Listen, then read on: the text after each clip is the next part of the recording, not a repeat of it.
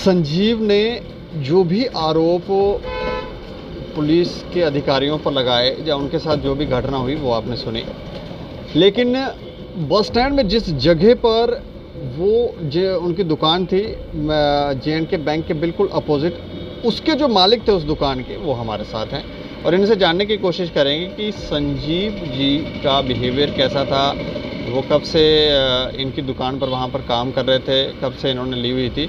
अच्छा, मैं पहले आपका नाम जान सकता हूँ? मेरा नाम सुरेंद्र रलिया जी। अच्छा सुरेंद्र जी, वो जो दुकान है जहाँ पर संजीव जी काम करते हैं वो आपकी की दुकान है? जी जी। अच्छा, मैं जानना चाह रहा हूँ कि ये संजीव जी को आपने कब दुकान दी और इनका बिहेवियर कैसा था? देखो, संजीव जी ने मेरी दुकान खाली थी तो मुझे बोला भाई आपने दुकान किराए पे देनी है। मैंने हाँ देनी है जी। उन्होंने किसी को, वो शमशेर सिंह हैं वो, उनको दुकान मेरी रेंट पे दिला दी। ठीक है। और ये उनके पास काम करता था। ठीक। ये कितनी देर पहले की बात है? ये मतलब कि जब ये कांड हुआ ना, वो कि 3 महीने पहले की बात है। 3 महीने पहले ही दुकान ली थी उन्होंने? हाँ जी हाँ जी। अच्छा। तो इनका कोई मतलब कि काम चल रहा था फर्स्ट क्लास। उसके बाद वैसे मैं संजीव को 10-12 साल से जानता हूँ। अच्छा, 10-12 साल से आप जानते हैं? जानता हूँ। लड़का अच्छा है, भगवान का नाम लेने वाला है और मेहनत करके कमाने वाला लड़का है जी। जिस आरोप में वो अंदर गए, लगता है वो ऐसा काम करता होगा? ऐसा नहीं लगता, ऐसा नहीं लगता। ऐसे लोग जो हैं, जो ऐसे काम करते हैं, उनको पकड़ने का कोई डर नहीं होता ना। वो इतने झुलझुलाते भी नहीं हैं कि मैं पकड़ा गया हूँ, क्योंकि उनका तो काम होता है। वो पकड़े भी जाते हैं, छूट भी जाते हैं, लेकिन जब शरीफ आदमी ऐसे पकड़ा जाता है तो उसको बहुत चुभन होती है। ये बात सही है। कोई संजीव जी की ऐसा कोई किस्सा सुनाना चाहेंगे जिससे देशभक्ति झलकती हो? हाँ, वो यहाँ मंदिर है, वहाँ पर भी वो हर मंगलवार को लंगर लगाता था। वैसे भी वो पंडित है, तो उसका भाई भी पंडित है, तो वो कहीं कोई फंक्शन होते हैं ना पंडितों के, या कहीं जाप होते हैं, वहाँ भी वो जाप कराने जाता था। और इतना था उसके अंदर नॉलेज थी।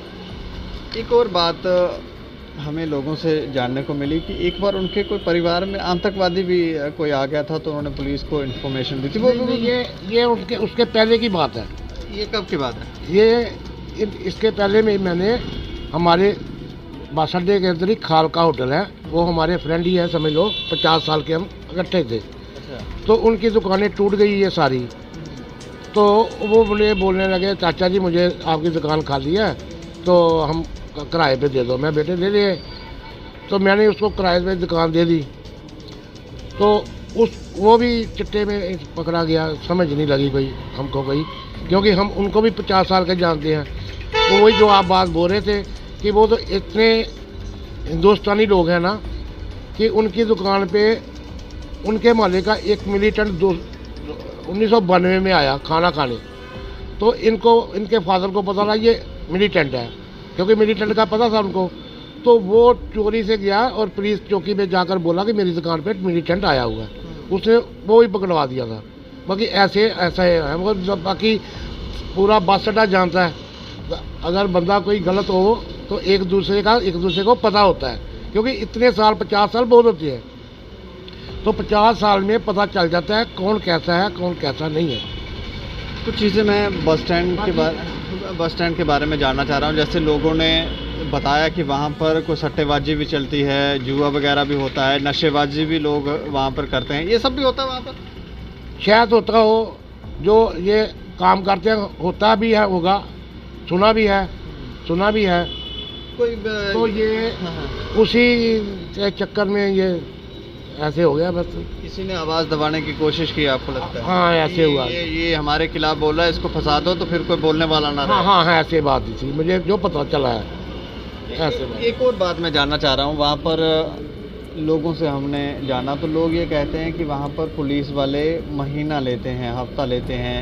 उन्होंने अपना एक बंदा भी जो कार्य खास है शायद SHO का, वो भी वहाँ से पैसा इकट्ठा करता, बुराई करता है। ऐसी कोई है जानकारी आपको?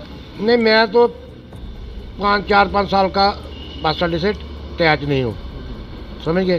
तो होता होगा क्योंकि हम तो इस लाइन के आदमी नहीं हैं, हम दुकानदार हैं। मैं रेडीमेड की दुकान नहीं करता हूँ, सामने ये वो जो ऐसे काम करते हैं उनका उनके साथ होता क्या है क्या नहीं, हम इतना ध्यान नहीं रखते।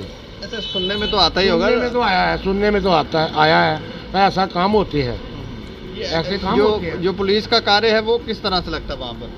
तो दादागिरी तो नहीं करती पुलिस? देखो ना, अब ये जो चिट्टा पकड़ा है ये देखकर तो कुछ समझ नहीं लगती ये क्यों ऐसे होगा है, क्योंकि इसको भी मैं जानता हूँ। अब जानते हैं, अब हम जानेंगे तो तभी किसी को दुकान देते हैं ना। तो दुकान तो मैं उनको दी, खालक होटल वाले को, तो उनको हम जानते थे भाई ये ऐसे लोग नहीं हैं, है ना। तो पूरी मार्केट भी ना चक्कर में पड़ गई, ये कैसे हो गया। इस मामले के बाद कोई पुलिस ने आपको भी थ्रेट वगैरह दी? हाँ, थोड़ा पकड़ा था मुझे, भाई आपने ऐसे क्यों दुकान दे दी, तो आपको अंदर कर देंगे, तो ये वो तो बस मुझे ये थोड़ा सा किया था। क्यों आपने दुकान दे दी? आप दुकान दे नहीं सकते किसी को?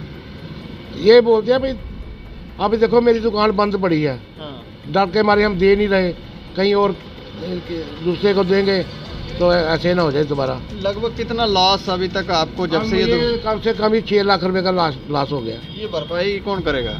ये तो भरपाई मैं ही करूँगा और कौन करेगा। पुलिस वाले इस पे उनको कोई लेना देना नहीं, वो कहते हैं दुकान खुलनी नहीं चाहिए। ना जी ना, वो नहीं, वो तो बोलते थे क्यों खोल रहे हो दुकान, हमारी मर्जी से आप दुकान ही नहीं दे सकते।